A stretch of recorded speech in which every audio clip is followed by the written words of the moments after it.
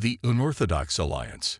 Captain Maya Rise stood at the viewport of the UES Indomitable, watching Earth shrink to a pale blue dot against the vast backdrop of space. The wounds from humanity's last encounter with the Voidborn were still fresh. 3 colonies lost, millions dead, and the shattered remains of Earth's defense fleets still being collected from the orbit of Proxima Centauri. By all calculations, humanity should be preparing for extinction, not mounting a counteroffensive. Captain, the Aryan delegation has arrived in Hangar Bay 3. Lieutenant Commander Takashi reported from his station. Ambassador Laren is requesting your presence. Maya straightened her uniform jacket, running her fingers along the metal insignia that marked her rank. Tell them I'm on my way. She cast one last look at the receding Earth. If this alliance failed, it might be the last time she saw home. The hangar deck was abuzz with activity as engineers and technicians worked frantically on the experimental weapons systems that would be mounted on the Indomitable. The ship itself was unlike anything in Earth's previous fleet, a massive angular behemoth that the media had taken to calling the Dreadnought. It wasn't elegant or streamlined like the Aryan vessels, but it wasn't meant to be. It was meant to survive. Ambassador Lyran stood out dramatically among the humans. Nearly 8 feet tall, with iridescent skin that shifted colors with their emotions, and 4 arms arranged in perfect symmetry around their torso, the Aryan diplomat exuded an aura of ancient wisdom. Their species had been traversing the stars for millennia while humans were still learning to create fire. Captain Reyes. Lyran's voice resonated with a melodic quality that human vocal cords could never reproduce. I bring grave news. The Voidborn fleet has altered course.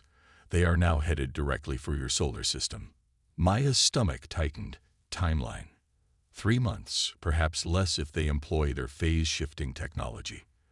Lyran's skin darkened to a deep indigo. Concern, Maya had learned. My scientists have analyzed your vessel.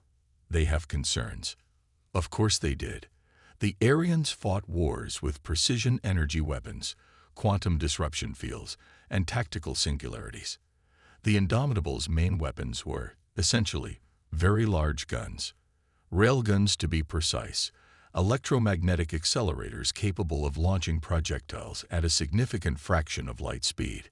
Crude by Aryan standards, but human engineers had learned an important lesson from Earth's military history.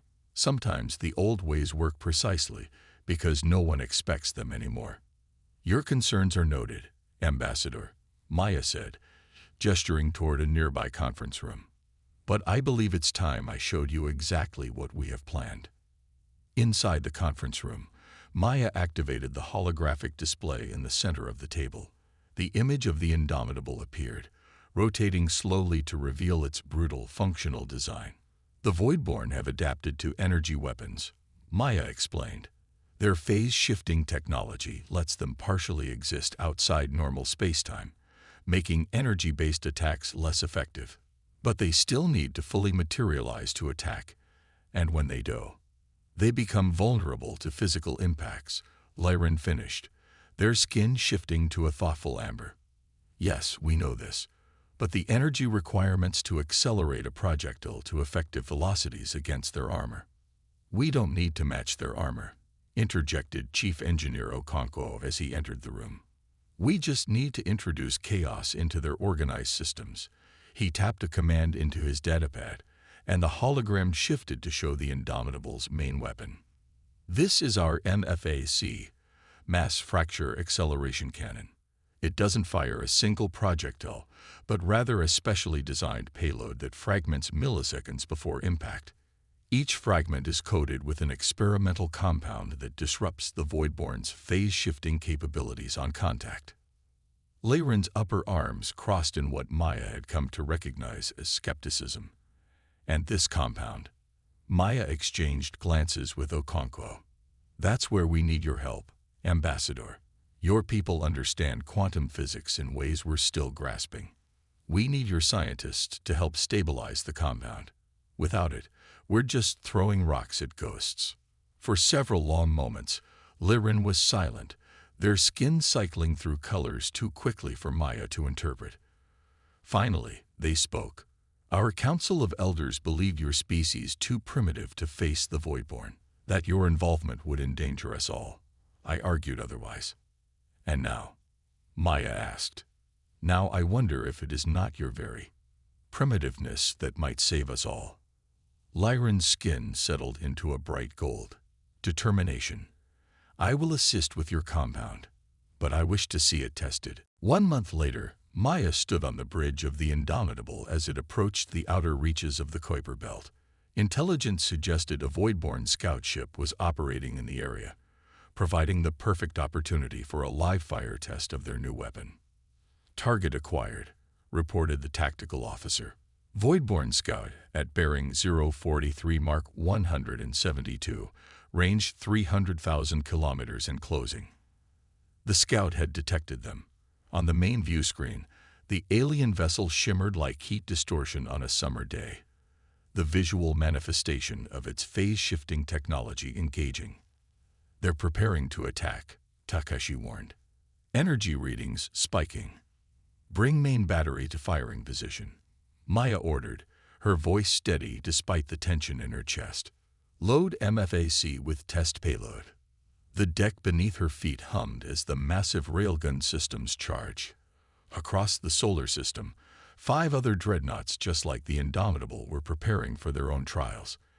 If this failed, Earth would stand alone against an enemy that had already decimated more advanced civilizations. Target locked, the tactical officer confirmed. MFAC charged and ready. Maya took a deep breath. Fire. The Indomitable shuddered as the electromagnetic forces unleashed, hurling the payload toward the Voidborn scout at incredible velocity.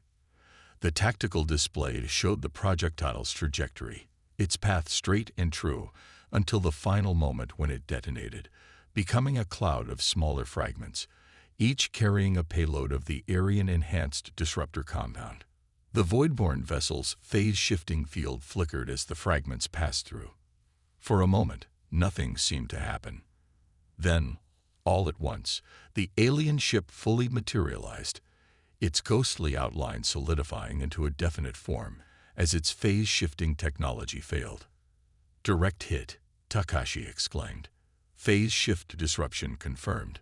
Before the Voidborn vessel could recover, the Indomitable fired its secondary weapons, conventional railguns loaded with tungsten penetrators.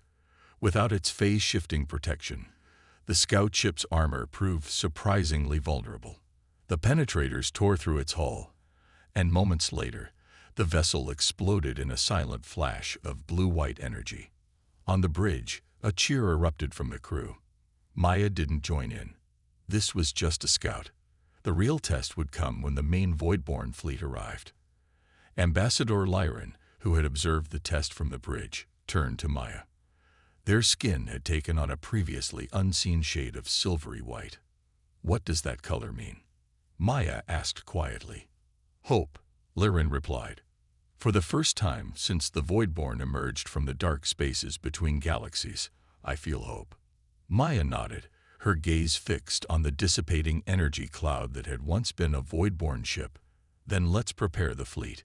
We have less than 2 months before they arrive. As she issued orders for the Indomitable to return to Earth, Maya knew that the real battle was still to come. 6 dreadnoughts against a Voidborn armada. Primitive human ingenuity against an enemy that had devastated civilizations far more advanced than their own. But now they had a chance. A slim one, born from humanity's stubborn refusal to fight wars the way everyone else did. And sometimes, Maya thought, that's all you need to change the course of history. Defiance against the void.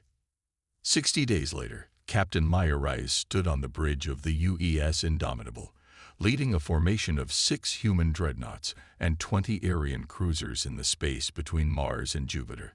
Strategic analysis had identified this region, nicknamed the Gauntlet, as the optimal position to intercept the approaching Voidborn fleet. All ships report ready, Captain, Takashi announced from his station. The Aryans have positioned their vessels according to your specifications. Maya nodded, studying the tactical display. The formation was unconventional by Aryan standards. They preferred elegant, mathematically perfect defensive arrangements. Maya had instead arranged their forces in what military historians would recognize as a modified crossing the T formation, a naval tactic from Earth's oceanic warfare era. "Any sign of the enemy?" she asked. "Long-range sensors are detecting distortions consistent with void-borne phase-shifting technology," reported Lieutenant Garcia from the science station. "Estimated arrival in 23 minutes. Ambassador Lyran, who had chosen to remain aboard the Indomitable rather than return to the Aryan flagship, moved to stand beside Maya. "You seem remarkably calm for someone about to face an armada that has destroyed worlds." Maya offered a thin smile. An old military saying from Earth, "No battle plan survives contact with the enemy. I'm just waiting to see what we'll need to improvise." Improvisation. Lyran's skin rippled with bands of curious purple. "This concept is difficult for my people. Our warfare is based on precise calculations and optimal solutions." "That's exactly why the Voidborn have been winning," Maya replied. "They've adapted to your patterns. But humans, we're messy, unpredictable.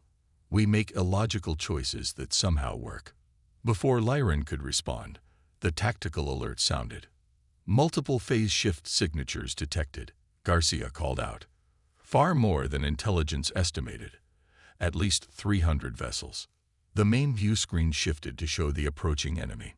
Unlike the clean, geometric designs of Aryan ships or the functional utilitarianism of human vessels, the Voidborn ships resembled organic nightmares, writhing tentacles of dark matter extending from central masses that seemed to bend light around them. "All ships, battle positions," Maya ordered. "Initiate Operation Thunderclap." The human dreadnoughts moved into their assigned positions, each targeting a specific sector. The Aryan cruisers, more maneuverable but less heavily armed, took up screening positions. MFAC batteries charged and loaded with disruptor payloads, reported Commander Okonkwo from engineering. All systems nominal.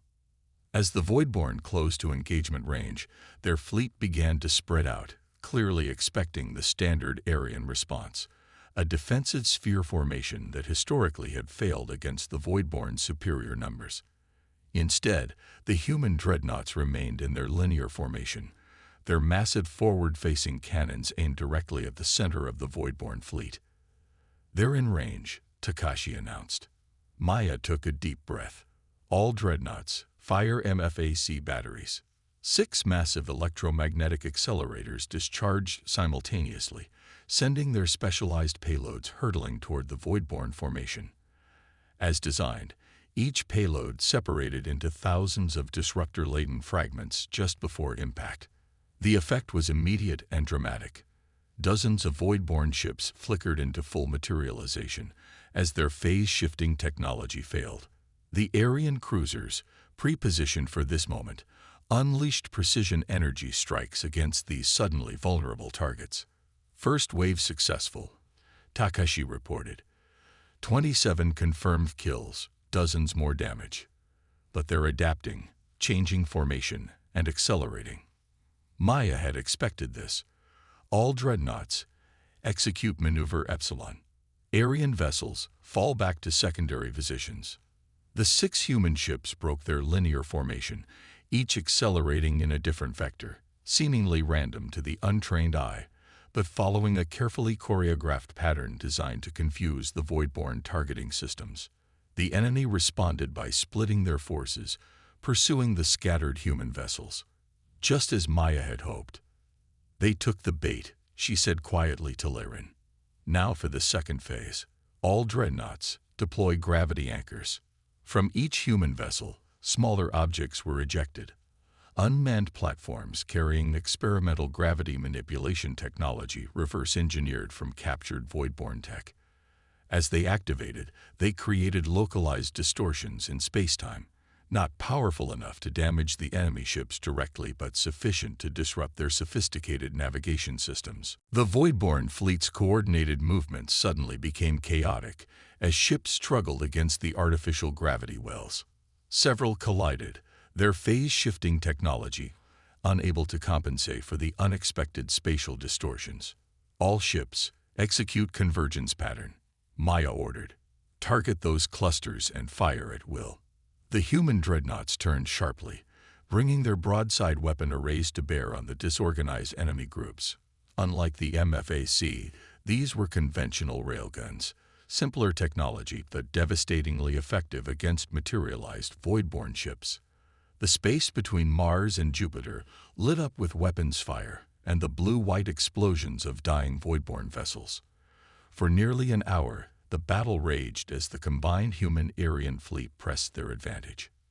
But the tide began to turn when a massive vessel emerged from the heart of the voidborne formation, at least 3 times larger than any they had encountered before. New contact, Garcia announced, alarm evident in her voice. Energy readings off the scale. I think it's their command ship. The massive vessel pulsed with dark energy, and suddenly the disabled voidborne ships began to regain their phase-shifting capabilities. They're adapting to our disruptor compound, Okonkwo reported from engineering. The command ship is broadcasting some kind of countermeasure.